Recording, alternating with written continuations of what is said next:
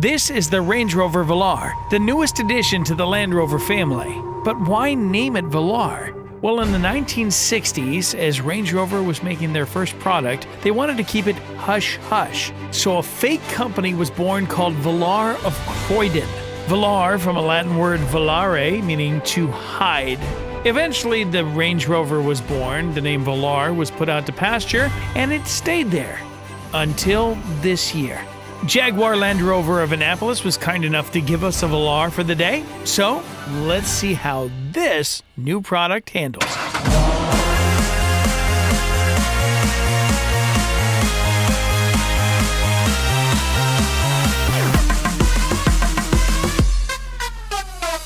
Welcome to the Range Rover Velar.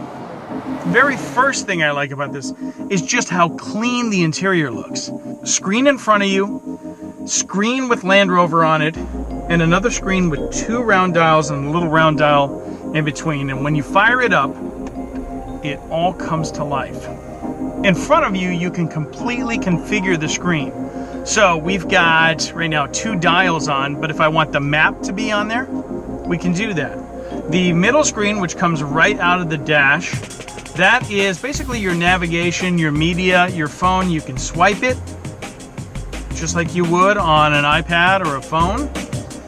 And then the third screen, which has the two dials, that's how you set your different modes. So we can set it to dynamic, or we can set it to snow, or raise the vehicle. We also can do our climate control there. What's neat about the steering wheel, you also get those little touch-sensitive displays.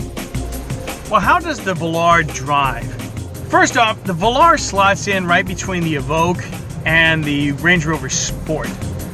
The Velar gives you the look of a full-size Range Rover without having to have a full-size Range Rover. Visibility is great. It actually inside feels like a much bigger car than it really is. You can see out all the way around, but when you look in the back, you're going, man, we have room. We took out kind of the top of the line Range Rover Velar. 380 horsepower, 6-cylinder engine. You might be thinking to yourself, well, can I get an 8? You got to go up to the Range Sport to get the 8 or a full-blown Range Rover.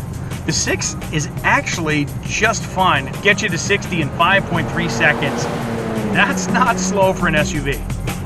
There we go, pushing it into the corner just on the line. Look at that. Just nice, smooth, coming right out.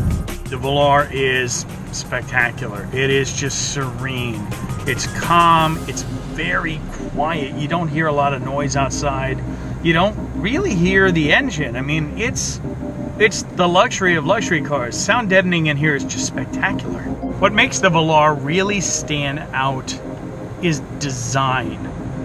Over and above all other SUVs at this price point, the design is fantastic.